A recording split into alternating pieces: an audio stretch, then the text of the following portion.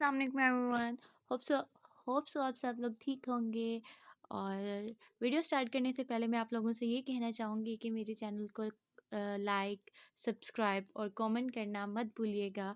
So let's start the video now. तो आज का हमारा टॉपिक जो है वो है ALP test, alkaline phosphate test.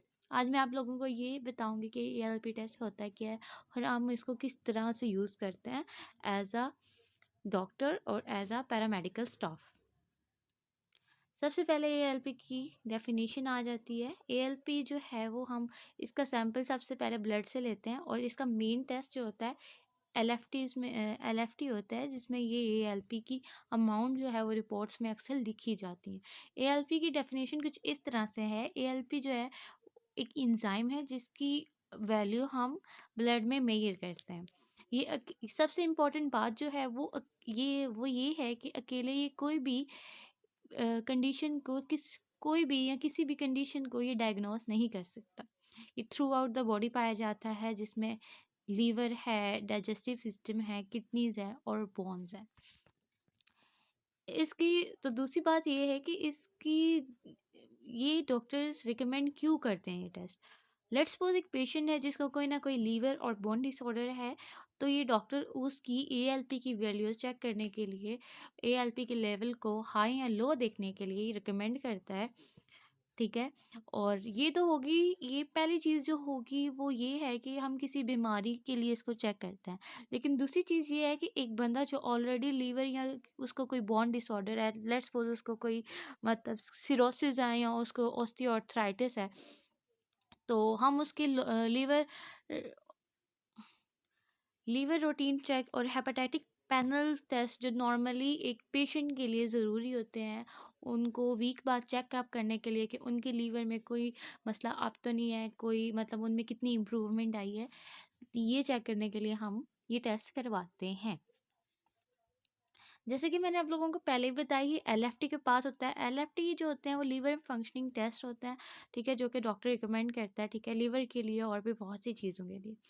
अच्छा, तीसरी बात ये आ जाती है कि हम ये टेस्ट करवाते क्यों हैं। हम ये टेस्ट इसलिए करवाते हैं कि आप के इंसान का या जो भी आपका पेशेंट है उसका लीवर ठीक तरीके से काम कर रहा है या नहीं। अगर वो काम बिल्कुल सही कर रहा है तो ज़रूरी नहीं है कि उसको कोई बीमारी हो, वो नॉर्मल भी हो सकता है, ठीक है।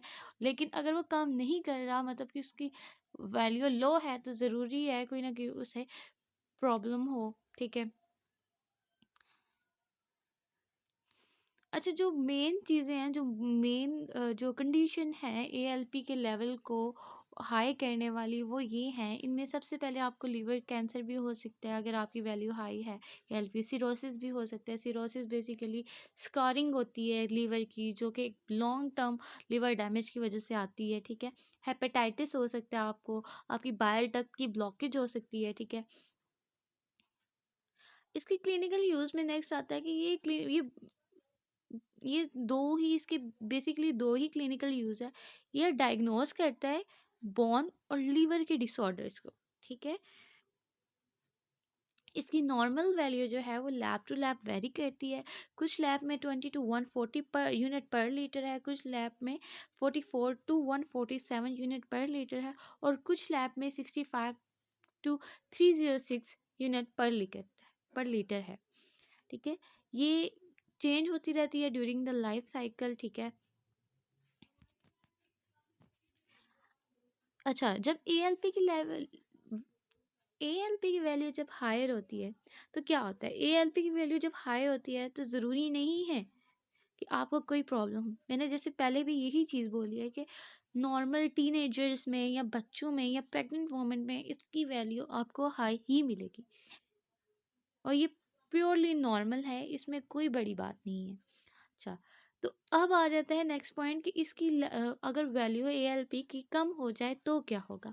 एएलपी की वैल्यू अगर कम हो जाए तो जाहिर सी बात है उस इंसान में डेफिशिएंसी होगी मैग्नीशियम की और जिंक की। और इससे एक और बहुत रेयर बीमारी जो है वो काज कर सकती है ये चीज़। ये बेसिकली वो बीमारी ये है हाइपोफॉस्फेटेजिया। हाइपोफॉस्फेटेजिया क्या है। हाइपोफॉस्फेटेजिया एक इनहेरिटेड डिसऑर्डर है जो कि बोन की और लिवर की डेवलपमेंट को रोकता है, और टीथ की भी। अच्छा जी, नेक्स्ट मैंने इधर कुछ रिपोर्ट ऐड की हैं। वो रिपोर्ट ऐड करने का ये मतलब है कि आप ALP की वैल्यू को चेक करते हैं, ALP की वैल्यू को चेक करते हैं कि कैसे आप ले सकते हैं। सबसे पहले जो हमारे पेशेंट हैं वो मिस्टर उमैर है, जिनकी एज 22 ईयर है और ये मेल है। तो इनमें जब इन्होंने अपना LFT करवाया तो उनमें अल्कलाइन फॉस्फेट की जो वैल्यू आई थी उनकी 65 टू 306, जो कि नॉर्मल वैल्यू दी गई है इस रिपोर्ट में, और इनकी आई है 219। जो रिज़ल्ट आया है वो 219 आया है, जो कि बिल्कुल प्योरली नॉर्मल है। नेक्स्ट रिपोर्ट डाली है उमैर कुरैशी की, जो कि 29 ईयर के हैं, और ये भी एक एडल्ट है, जिसकी वजह से इनकी वैल्यू भी टोटली नॉर्मल आई है।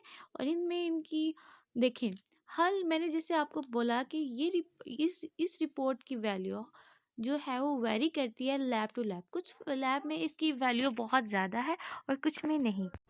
Thank you so much guys, hope so आप लोगों को वीडियो अच्छी लगी होगी। अगर आपको वीडियो अच्छी लगी है तो लाइक, कमेंट और सब्सक्राइब करना मत भूलिएगा।